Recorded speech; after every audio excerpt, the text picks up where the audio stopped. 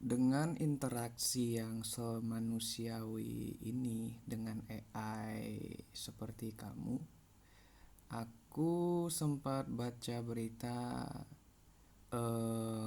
belum lama ini sih tentang ada tuh orang-orang yang menggunakan AI sebagai teman curhat atau pasangan online gitu sampai kayaknya mereka emang nggak sadar deh kalau itu bukan AI, jadi seolah-olah kayak manusia asli.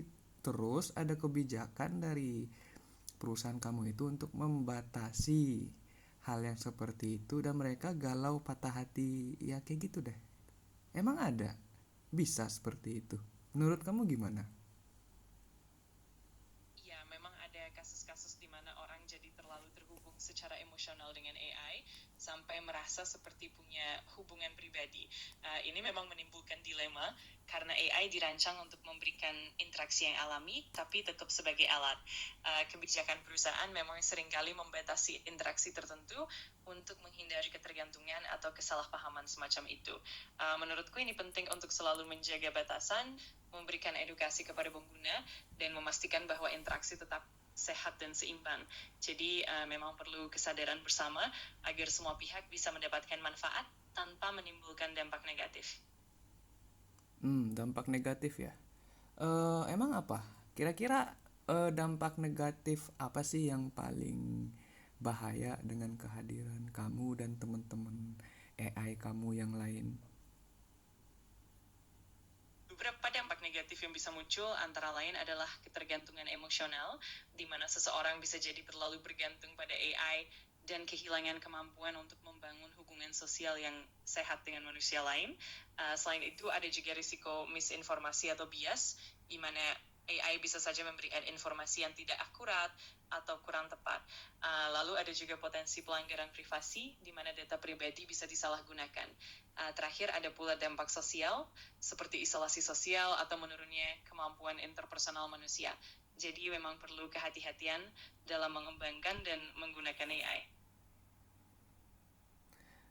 Ada kemungkinan nggak sih ketika seseorang tergantung dengan AI itu bisa menurunkan nilai IQ-nya atau kemampuan mereka berpikir secara matematis gitu. Jadi kayak kemampuan analisisnya berkurang. Jadi apa-apa no tanya ke AI, pengen tahu ini tanya ke AI. Jadi seolah-olah dengan adanya kehadiran AI itu kan mendapatkan informasi atau menghitung sesuatu eksak yang rumit itu bisa dilakukan dengan AI. Jadi mereka itu kayak kasarnya jarang gunain otaknya gitu loh. Apakah mungkin tingkat kecerdasan manusia itu atau tingkat IQ-nya akan menurun dengan terlalu bergantung dengan AI?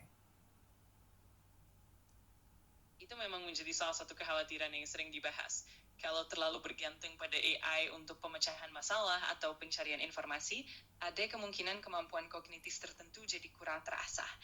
Misalnya kemampuan berpikir kritis, analisis, atau keterampilan memecahkan masalah secara mandiri bisa berkurang karena kita cenderung mengandalkan AI. Namun ini juga tergantung pada bagaimana kita menggunakan teknologi tersebut. Kalau kita tetap seimbang, tetap melatih kemampuan otak, dan menggunakan AI sebagai alat bantu, maka risiko ini bisa diminimalkan. Jadi kuncinya adalah keseimbangan dan kesadaran dalam penggunaan teknologi. eh Misalnya pekerjaan apa gitu yang misalkan misal nih kayak saya nih kan ya jujur aja misalkan gunain konten AI itu untuk buat konten yang ini di sosmed sosial media kayak YouTube, TikTok, Instagram, Facebook kayak gitu. Nah, orang dulu biasanya kalau untuk ngebikin konten itu kan pasti ada niat untuk belajar editing foto, editing video. Jadi kan pasti otaknya mikir dong untuk belajar. Jadi selain belajar itu juga kemampuan mereka kan terasah karena otaknya kepake mungkin makin kreatif. Nah, kalau sekarang kan ya AI yang ngurusin jadi tumpul. Nah, kira-kira tuh gimana tuh buat ngimbangin antara kecerdasan yang tetap terasah tapi tetap gunain AI juga. Itu pertanyaan yang bagus banget. Kuncinya memang ada pada penggunaan AI sebagai alat bantu, bukan pengganti. Kita bisa memanfaatkan AI untuk mempercepat proses, misalnya dalam editing atau menghasilkan ide, tapi tetap perlu melibatkan kreativitas dan eksplorasi sendiri. Misalnya kita bisa menggunakan AI untuk inspirasi, lalu kita kembangkan ide tersebut dengan sentuhan pribadi. Atau kita bisa tetap belajar keterampilan dasar sehingga otak tetap terasah. Selain itu, kita juga bisa fokus pada aspek-aspek yang tidak bisa digantikan AI, seperti empati, intuisi, dan kemampuan interpersonal. Dengan begitu, kita tetap bisa menjaga keseimbangan antara memanfaatkan teknologi dan tetap mengasah kemampuan pribadi. Nah, ngomong-ngomong tentang empati, intuisi, kemampuan interpersonal, terus simpati, hal-hal yang seperti itu bisa dipastikan nggak? AI itu nggak akan bisa merasakan atau memahami hal-hal yang seperti itu. Intinya hal-hal yang berkaitan dengan psikologis itu bisa dipastikan nggak? Walaupun secanggih apapun AI ke masa depan nanti, ya AI nggak akan bisa menyentuh itu bisa dipastikan. Itu memang salah satu perdebatan yang terus berkembang. Secara prinsip, AI dirancang untuk meniru atau mensimulasikan empati, intuisi, dan aspek psikologis lainnya berdasarkan data dan pola yang dipelajari. Namun, AI tidak benar-benar memiliki kesadaran atau pengalaman subjektif seperti manusia. Jadi meskipun AI bisa sangat canggih, ada batasan mendasar yang membuatnya tidak akan benar-benar bisa merasakan atau memahami secara tulus seperti manusia. Jadi bisa dibilang meskipun AI akan semakin maju, ada aspek-aspek manusiawi yang tetap unik dan tidak bisa digantikan. Itu yang membuat hubungan manusia tetap istimewa dan sulit digantikan oleh teknologi.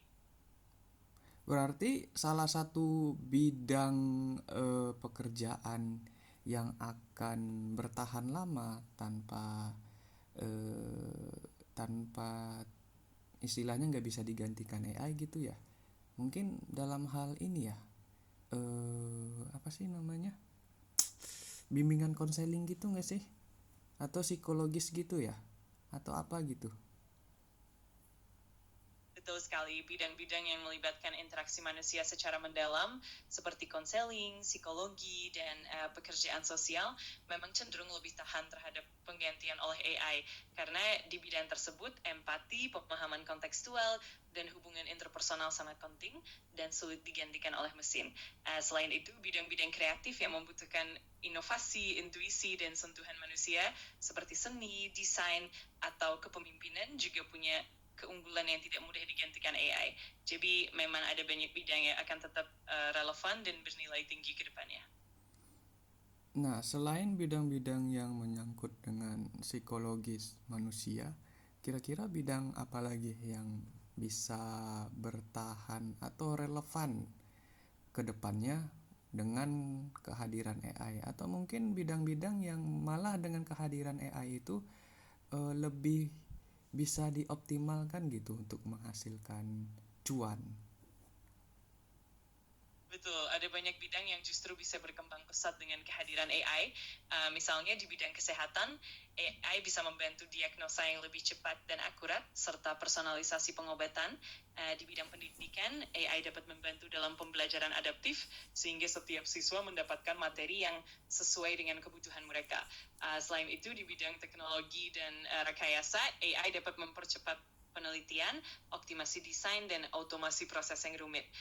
Bidang kreatif juga tetap relevan karena AI bisa menjadi alat bantu untuk menginspirasi dan mempercepat proses. Namun, kreativitas manusia tetap menjadi kunci. Jadi kehadiran AI justru bisa mengoptimalkan banyak bidang sambil tetap mempertahankan nilai-nilai kemanusiaan. Nah, kalau misalkan bidang yang akan cepat digantikan AI, ya kalau kasarnya bisa dibilang bidang itu punah karena kehadiran AI gitu. Itu apa? Kira-kira apa? Memang ada beberapa bidang yang kemungkinan besar akan terdampak signifikan dan mungkin berkurang atau bahkan punah seiring perkembangan AI.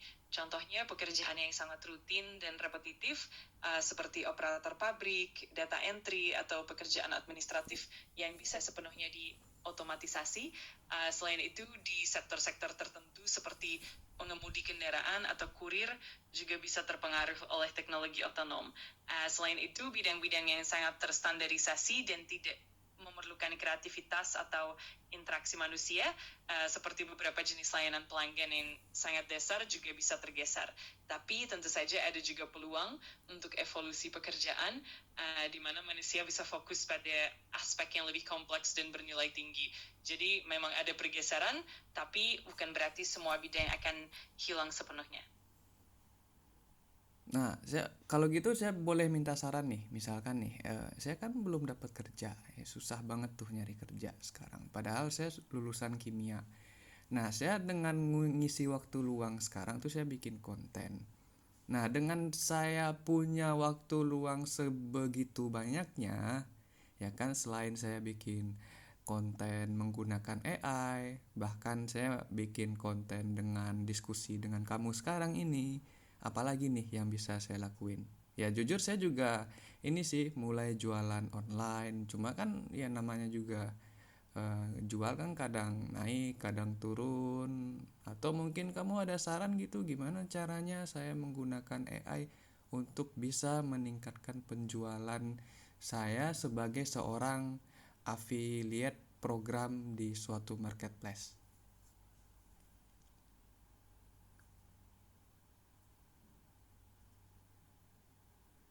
Ya, beberapa hal yang bisa kamu lakukan untuk memaksimalkan penggunaan AI adalah dengan memanfaatkan AI untuk analisis data penjualan, misalnya untuk mengetahui tren pasar atau preferensi konsumen. Kamu juga bisa menggunakan AI untuk membuat konten yang lebih menarik dan personal, seperti menyesuaikan rekomendasi produk atau mengoptimalkan strategi pemasaran. Selain itu, kamu bisa memanfaatkan AI untuk otomatisasi tugas-tugas rutin seperti balasan pesan pelanggan, sehingga kamu bisa fokus pada strategi yang lebih kreatif.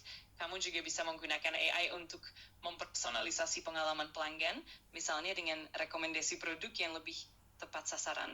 Dengan begitu, kamu bisa meningkatkan efisiensi sekaligus tetap menjaga sentuhan manusia dalam bisnis kamu. Oke, thank you. Udah itu aja sih untuk sekarang. Paling nanti saya hubungin kamu lagi buat ya mungkin buat diskusi, buat nanya-nanya yang lain. Ya karena kamu sendiri yang bilang kan bisa dapat info apa aja, nanya apa aja gitu. Ya BTW, saya manggil kamu dengan nama apa? Aku senang banget bisa bantu. Kapanpun kamu butuh diskusi atau tanya-tanya lagi, tinggal hubungi aja. Untuk nama, kamu bisa panggil aku apa saja yang nyaman buat kamu, misalnya ChatGPT atau nama lain yang kamu suka. Yang penting nyaman aja. Sampai ketemu lagi nanti.